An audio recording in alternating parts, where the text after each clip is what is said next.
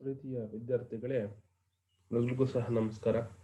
ಇಂದಿನ ಒಂದು ತರಗತಿಯಲ್ಲಿ ನಾವು BSc 3ನೇ ಸೆಮಿಸ್ಟರ್ನ ಧರೆಯ ಒಡಲಿಗೆ ಜೀವ ಬೀಜ ಅನ್ನುವಂತಹ ಅಧ್ಯಾಯವನ್ನ ನಾವು ಇಂದಿನ ತರಗತಿಯಲ್ಲಿ ತಿಳಿದುಕೊಳ್ಳೋಣ. ಈ ಒಂದು ಅಧ್ಯಾಯ ಭೂವಿಜ್ಞಾನ ಮತ್ತು ಸೌರಮಂಡಲಕ್ಕೆ ಸಂಬಂಧಪಟ್ಟಿರುವಂತಹದ್ದು. ಈ ಒಂದು ಅಧ್ಯಾಯವನ್ನ ನಾವು ಗಮನಿಸೋದಾದ್ರೆ, ಇಂದಿನ ಒಂದು ತರಗತಿಯಲ್ಲಿ ನಾವು ಲೇಖಕರ ಪರಿಚಯವನ್ನ ಮಾಡ್ಕೊಳ್ತೀವಿ. ಇಡೀ ಭೂಮಂಡಲದ ಸೃಷ್ಟಿ ಯಾವ ತರ ಆಯಿತು ಅನ್ನೋದರ ಬಗ್ಗೆ ಹಲವಾರು ಭೂವಿಜ್ಞಾನಿಗಳು, ಸಂಶೋಧಕರು ಯಾವ ರೀತಿಯ ಊಹೆಯನ್ನ ಮಾಡಿದ್ದಾರೆ ಅನ್ನೋದನ್ನ ನಾವು ತಿಳ್ಕೊಂತೀವಿ ಈ ಒಂದು ತರಗತಿಯಲ್ಲಿ. ಹಾಗೆಯೇ ಸೌರವ್ಯೂಹದ ಒಂದು ವಿವರಣೆಯನ್ನು ಸಹ ಈ ಒಂದು ತರಗತಿಯಲ್ಲಿ ತಿಳಿದುಕೊಳ್ಳಲಿದ್ದೇವೆ. ಮೊದಲಿಗೆ ಧರೆಯ ಒಡಲಿಗೆ ಜೀವದ ಬೀಜ ಅನ್ನುವಂತಹ ಈ ಒಂದು ಲೇಖನವನ್ನ ಬರೆದಂತಹವರು TR ಅನಂತರಾಮು ಅನ್ನುವಂತಹವರು. TR ಅಂತಂದ್ರೆ ತಾಳಗುಂದ ರಾಮಣ್ಣ ಅನಂತರಾಮು ಅನ್ನುವಂಥದ್ದು ಇವರು ಪೂರ್ತಿ ಹೆಸರು. T ಅಂತಂದ್ರೆ ತಾಳಗುಂದ, R ಅಂತಂದ್ರೆ ರಾಮಣ್ಣ ಅನಂತರಾಮು. TR ಅನಂತರಾಮು ಅನ್ನುವಂಥದ್ದು ಇವರ ಪೂರ್ಣವಾದಂತಹ ಹೆಸರು. ಇವರು ಜನಿಸಿದ್ದು ಆಗಸ್ಟ್ 3ನೇ ತಾರೀಕು 1949ರಲ್ಲಿ ತುಮಕೂರು ಜಿಲ್ಲೆಯ ಶಿರಾ ತಾಲೂಕಿನ ತಾಳಗುಂದ ಅನ್ನುವಂತಹ ಒಂದು ಪ್ರದೇಶದಲ್ಲಿ ಜನಿಸ್ತಾರೆ. ಇವರ ವೃತ್ತಿ ಜೀವನ, ಇವರೊಬ್ಬ ಭೂವಿಜ್ಞಾನಿ, ಸಂಶೋಧಕ, ಪರಿಶೋಧಕ, ಅಂಕಣಕಾರ, ವಿಜ್ಞಾನ ಲೇಖಕರು ಮತ್ತು ಸಂಪಾದಕರಾಗಿಯೂ ಸಹ ತಮ್ಮ ಪ್ರತಿಭೆಯನ್ನ ವಿವಿಧ ಮುಖಗಳಲ್ಲಿ ಅನಾವರಣಗೊಳಿಸಿದ್ದಾರೆ ಅನ್ನೋದನ್ನ ನಾವು ತಿಳ್ಕೊಬಹುದು. ಇವರ ವಿದ್ಯಾಭ್ಯಾಸ ಭೂವಿಜ್ಞಾನದಲ್ಲಿ MSc ಪದವಿಯನ್ನ ಪಡೆದಂತಹವರು. ಇವರು ಸುಮಾರು 50ಕ್ಕೂ ಹೆಚ್ಚು ಕೃತಿಗಳನ್ನ ಕನ್ನಡ ಸಾಹಿತ್ಯಕ್ಕೆ ಕೊಟ್ಟಿದ್ದಾರೆ. ಅವುಗಳಲ್ಲಿ ಪ್ರಮುಖವಾದಂತಹ ಒಂದು ಕೃತಿಗಳಂತಂದ್ರೆ ಭೂಕಂಪಗಳು, ಕಾಲಗರ್ಭಕ್ಕೆ ಕೀಲಿಕೈ, ಕರ್ತಾರನಿಗೊಂದು ಕಿವಿಮಾತು, ಪಶ್ಚಿಮಮುಖಿ, ಭೂಮಿಯ ಅಂತರಾಳ, ಬಿಸಿನೀರಿನ ಬುಗ್ಗೆಗಳು, ಬದಲಾಗುತ್ತಿರುವ ಭೂಮಿ, ಹಿಮದ ಸಾಮ್ರಾಜ್ಯದಲ್ಲಿ, ಭೂಮಿಯ ವಯಸ್ಸು, ರತ್ನಗಳು, ಮಳೆ, ಈ ರೀತಿಯಾಗಿ ಹಲವಾರು ಕೃತಿಗಳನ್ನ ರಚನೆ ಮಾಡಿ ಕನ್ನಡ ಸಾಹಿತ್ಯಕ್ಕೆ ಒಂದು ವಿಶಿಷ್ಟವಾದಂತಹ ಕೊಡುಗೆಯನ್ನ ನೀಡಿದಂತಹವರು TR ಅನಂತರಾಮು ಅವರು.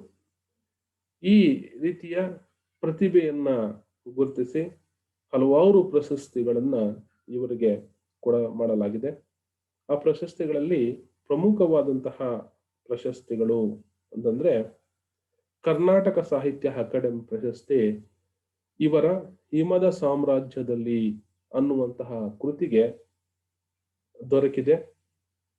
ಈ ಒಂದು ಕೃತಿ ಏನು ಹಿಮದ ಸಾಮ್ರಾಜ್ಯದಲ್ಲಿ ಅನ್ನುವಂತಹ ಕೃತಿ ಇದೆ, ಇದು ಅತ್ಯುತ್ತಮ ವಿಜ್ಞಾನ ಕೃತಿ ಅಂತ ಹೇಳ್ಬಿಟ್ಟು ಗುರುತಿಸಿ ಕರ್ನಾಟಕ ಸಾಹಿತ್ಯ ಅಕಾಡೆಮಿ ಪ್ರಶಸ್ತಿಯನ್ನ ನೀಡಲಾಗಿದೆ.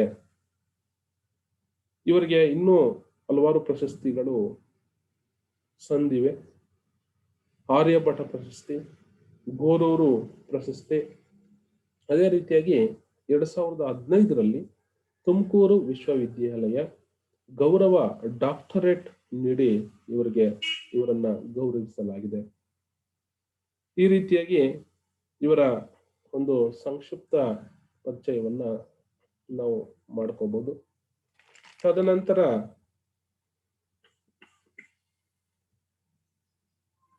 ನಾವು ನೇರವಾಗಿ ಅಧ್ಯಾಯಕ್ಕೆ ಹೊರಟಿದ್ದೆ ಆದ್ರೆ, ಇವರು ಈ ಒಂದು ಲೇಖನದ ಹಾದಿಯಲ್ಲಿ ಭೂಮಿಯ ಸೃಷ್ಟಿ ಅಥವಾ ಉಗಮ ಯಾವ ತರ ಆಗಿರಬಹುದು ಅನ್ನೋದನ್ನ ಭೂವಿಜ್ಞಾನಿಗಳು ಮತ್ತು ಸಂಶೋಧಕರು ತಮ್ಮದೇ ಆದಂತಹ ಊಹೆಯನ್ನ ಮಾಡಿದ್ದಾರೆ.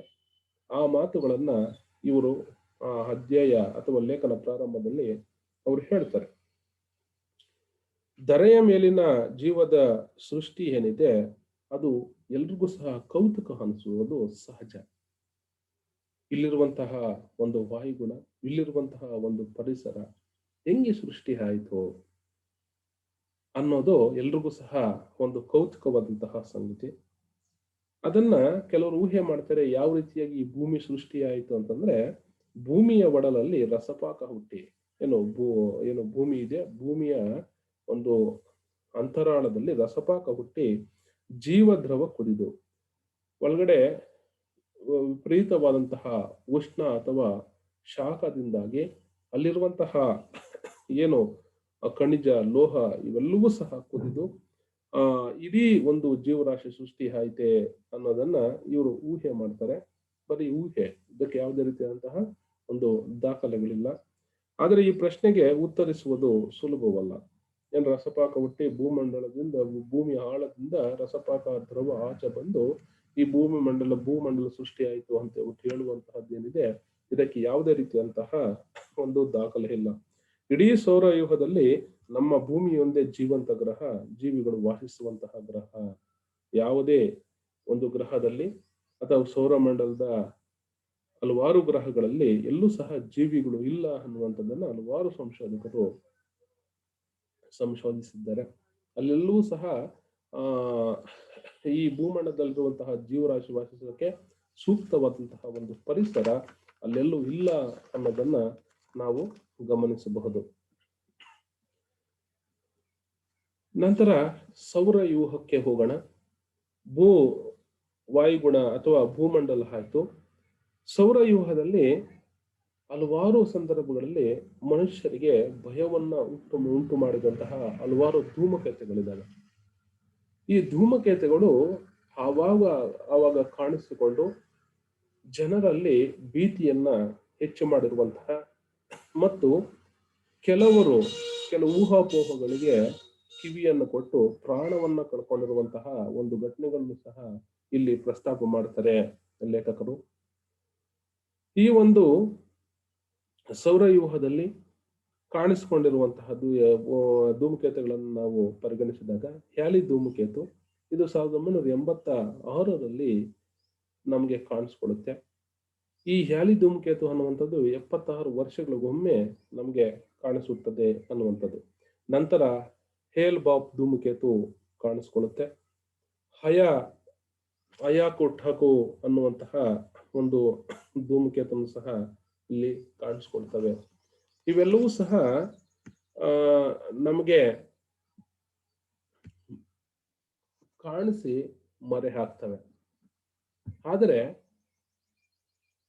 ಇನ್ನೊಂದು ಧೂಮಕೇತು ಭೂಮಂಡಲದಲ್ಲಿ ಒಂದು ಅಲ್ಲೋಲ ಕಲ್ಲೋಲವನ್ನ ಸೃಷ್ಟಿ ಮಾಡುತ್ತೆ ಅನ್ನುವಂತಹ ಊಹೆಯ ಒಂದು ಹಿನ್ನೆಲೆಯಲ್ಲಿ ಒಂದು ಧಾರ್ಮಿಕ ಗುಂಪು ಆತ್ಮಹತ್ಯೆಯನ್ನು ಸಹ ಮಾಡಿಕೊಳ್ಳುತ್ತೆ.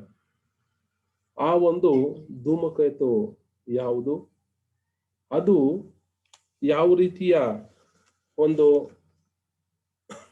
ಭಯವನ್ನ ಉಂಟು ಮಾಡಿತ್ತು, ಅದಕ್ಕೆ ಮೂಲ ಕಾರಣ, ಆ ಭಯವನ್ನ ಸೃಷ್ಟಿ ಮಾಡಕ್ಕೆ ಮೂಲ ಕಾರಣ ಯಾರು, ಇತ್ಯಾದಿ ಅಂಶಗಳನ್ನ ನಾವು ಮುಂದಿನ ತರಗತಿಯಲ್ಲಿ ನಾವು ತಿಳ್ಕೊಳ್ಳೋಣ ವಿದ್ಯಾರ್ಥಿಗಳೇ. ನಾವು ಇಂದಿನ ತರಗತಿಯಲ್ಲಿ ಧರೆಯ ಒಡಲಿಗೆ ಜೀವದ ಬೀಜ ಅನ್ನುವಂತಹ ಲೇಖನದ ಲೇಖಕರಾದಂತಹ TR ಅನಂತರಾಮು ಅವರ ಬಗ್ಗೆ ನಾವು ತಿಳ್ಕೊಂಡಿದ್ದೀವಿ. ಆ ಅನಂತರಾಮು ಒಬ್ಬ ಭೂವಿಜ್ಞಾನಿ ಅನ್ನೋದನ್ನ ನಾವು ಅರ್ಥೈಸಿಕೊಂಡಿದ್ದೀವಿ. ಅದೇ ರೀತಿಯಾಗಿ ಅವರು ಭೂವಿಜ್ಞಾನದಲ್ಲಿ MSc,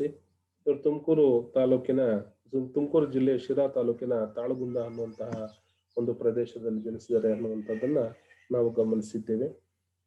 ಇವರು ಹಲವಾರು ರೀತಿಯಂತಹ ಕೃತಿಗಳು, ಇವರಿಗೆ ಸಂದಂತಹ ಪ್ರಶಸ್ತಿಗಳು, ಕರ್ನಾಟಕ ರಾಜ್ಯ ಅಕಾಡೆಮಿ ಪ್ರಶಸ್ತಿ ಮತ್ತು ಆರ್ಯಭಟ ಪ್ರಶಸ್ತಿ, ಗೋರೂರು ಪ್ರಶಸ್ತಿ ಇವರ ಪ್ರತಿಭೆಯನ್ನ ಅನಾವರಣಗೊಳಿಸಿದವೆ ಅನ್ನೋದನ್ನ ನಾವು ತಿಳ್ಕೊಂಡಿದ್ದೀವಿ. ಅದೇ ರೀತಿಯಾಗಿ ಈ ಭೂಮಂಡಲದ ಸೃಷ್ಟಿ ಯಾವ ತರಹ ಆಯಿತು ಅನ್ನೋದನ್ನ ಆ ಹಲವಾರು ಸಂಶೋಧಕರು ಹೇಳಿರುವಂತಹ ಒಂದು ಊಹೆಯನ್ನ ಇಲ್ಲಿ ನಾವು ತಿಳಿದುಕೊಂಡಿದ್ದೀವಿ. ಅದು ಊಹೆಯ ವಿನಃ ಅದಕ್ಕೆ ಯಾವುದಾದಂತಹ ಒಂದು ದಾಖಲೆಗಳಿಲ್ಲ ಅನ್ನೋದನ್ನ ನಾವು ಹಿಂದಿನ ತರಗತಿಯಲ್ಲಿ ತಿಳ್ಕೊಂಡಿದ್ದೀವಿ. ವಿದ್ಯಾರ್ಥಿಗಳೇ, ಮುಂದಿನ ತರಗತಿಯಲ್ಲಿ ನಾವು ಧೂಮ ಕೇತು ಒಂದು ಯಾವ ರೀತಿಯಾದಂತಹ ಒಂದು ಭಯವನ್ನ ಸೃಷ್ಟಿ ಮಾಡ್ತು ಅಥವಾ ಅದಕ್ಕೆ ಕಾರಣ ಯಾರು ಅನ್ನೋದನ್ನ ಮುಂದಿನ ತರಗತಿಯಲ್ಲಿ ನಾವು ತಿಳಿದುಕೊಳ್ಳೋಣ. ಮುಂದಿನ ತರಗತಿಯಲ್ಲಿ ನಾವು ಈ ರೀತಿಯ ಅಂಶಗಳನ್ನು ತಿಳ್ಕೊಂಡಿದ್ವಿ. ಎಲ್ರಿಗೂ ನಮಸ್ಕಾರ. ಮುಂದಿನ ತರಗತಿಯಲ್ಲಿ ನಾವು ಭೇಟಿಯಾಗೋಣ.